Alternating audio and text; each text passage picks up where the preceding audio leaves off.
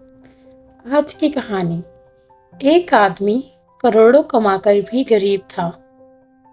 सोचो, एक ही शहर में, एक ही इलाके में दो फ्लैट्स हैं। दोनों का किराया लगभग एक जैसा, लेकिन एक घर के अंदर हमेशा टेंशन रहती है और दूसरे घर में सुकून। पहला आदमी साल का लगभग 80 लाख रुपए कमाता है। घर के अंदर जाओ तो सामने बड़ा 75 इंच का टीवी, 3 लाख का लेदर सोफा, किचन में इतने गैजेट्स कि आधे आज तक खोले भी नहीं गए। अलमारी कपड़ों से भरी हुई, कई कपड़े पर आज भी टैग लगे हुए हैं और जो एक्स्ट्रा कमरा था वो स्टोर रूम बन चुका है। पुराने डिब्बे, बेकार सामान और वो चीजें जो कभी जरूरी लगी ही नहीं। लेकिन हर महीने के आखिरी में जब वो अपना बैंक अकाउंट देखता, अंदर से डर जाता। अगर 2 महीने सैलरी ना आए तो पूरी जिंदगी ही हिल जाएगी। अब चलते हैं दूसरे घर में। उसकी कमाई लगभग 10 लाख रुपए सालाना। टीवी छोटा सा, सोफा साधारण, किचन में सिर्फ वही सामान जो रोज इस्तेमाल होता है।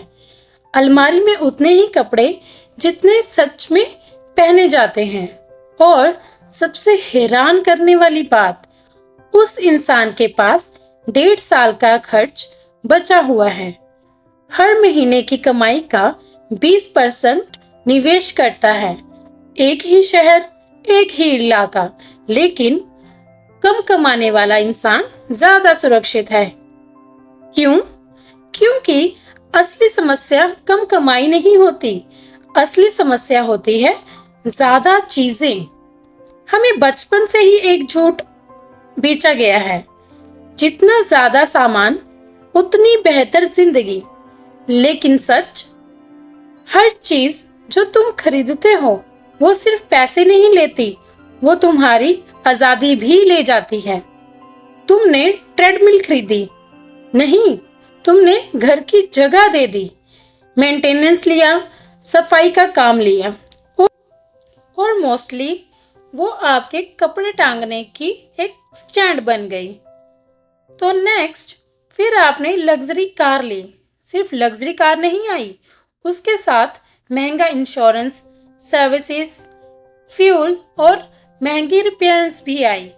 एक चीज के साथ 10 नए खर्चे फ्री आते हैं। और सबसे डेंजरस कॉस्ट, मेंटल स्ट्रेस। हर एक्स्ट्रा आइटम तुम्हारे दिमाग में थोड़ी जगह ले लेता है। इसको क्लीन करना है, इसको अरेंज करना है, इसको संभालना है।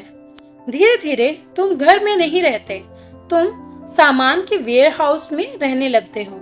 मिनिमलिस्ट लोग कंजूस नहीं होते, वो बस एक चीज समझ जाते हैं, जैसे कि कम चीज ज्यादा कंट्रोल। एक सिंपल रूल सुनो, कुछ भी खरीदने से पहले ये सोचो, मैं इसको एक्चुअली कितनी बार यूज करूंगा।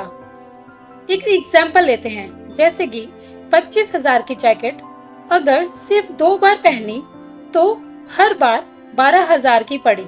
लेकिन अगर 40,000 की जैकेट हमने 200 बार पहनी तो सिर्फ 200 रुपए पर वेयर। असली वैल्यू प्राइस टैग में नहीं होती, यूसेज में होती है। और फिर आते हैं लाइफ चेंजिंग क्वेश्चंस। आज घर जाओ और हर आइटम को देखो और ये पूछो, अगर ये चीज कल गायब हो जाती है तो क्या मैं इसको दोबारा खरीदूंगा? वो old mixer, unused dumbbells, random kitchen gadgets. सच बोलना, 90% चीजें तुम्हें दोबारा कभी नहीं खरीदोगे, फिर भी वो तुम्हारी लाइफ का स्पेस खा रही हैं। और सिर्फ घर का नहीं, दिमाग का भी। और एक और ट्रैप, अपग्रेड। जैसे कि फोन परफेक्टली चल रहा है, लेकिन मार्केट में नया आईफोन आ गया है। कार बढ़िया चल रही है, लेकिन बगल वाले ने एक बहुत ही brand new car, luxury car ली है। टीवी सही है, लेकिन मार्केट में ओलेड ट्रेंड में है। कंपनीज तुम्हें कन्विंस करती हैं कि बोर्डम भी एक प्रॉब्लम है, मिनिमलिस्ट एक सिंपल रूल्स फॉलो करते हैं। अगर चीज काम कर रही है तो रिप्लेस मत करो, बस उसकी हर अननेसेसरी अपग्रेड तुम्हारे फ्यूचर फ्रीडम को डिस्ट्रॉय करता है। और एक डेंजरस चीज होती है लाइफस्टाइल क्रीप। सैलरी बढ़ती है और साथ साथ एक्सपेंसेस भी। पहले 30,000 का फोन लग्जरी लगता था, फिर 1 लाख वाला फोन नॉर्मल लगने लगता है। इंसान कभी सेटिस्फाई नहीं होता क्योंकि उसने कभी डिसाइड ही नहीं किया मेरे लिए इनफ क्या है। मिनिमलिस्ट लोग पहले डिसाइड करते हैं कौन सा घर इनफ है, कौन सी कार इनफ है, कितने कपड़े इनफ हैं। उसके बाद एक्स्ट्रा पैसा शॉप में नहीं, फ्रीडम में जाता है। और असली वेल्थ क्या होती है पता है? लग्जरी नहीं, चॉइस। टॉक्सिक जॉब छोड़ पाना, फैमिली इमरजेंसी हैंडल कर पाना, ब्रेक ले पाना, अपनी मर्जी की लाइफ चूज कर पाना, ये वेल्थ है। 80 लाख कमाने वाला भी अगर स्ट्रेस में है तो वो रिच नहीं है। और यहाँ 10 लाख कमाने वाला भी संतुष्ट है और टेंशन फ्री है तो तुम ऑलरेडी जीत रहे हो।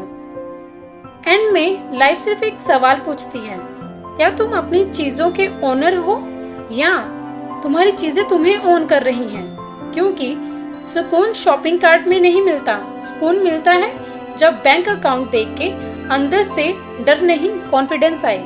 और याद रखना, मिनिमलिस्ट का मतलब कम चीजें नहीं होता, मिनिमलिस्ट का मतलब होता है फाइनली इनफ। अगर आपको कहानी अच्छी लगी हो तो प्लीज सब्सक्राइब माय चैनल।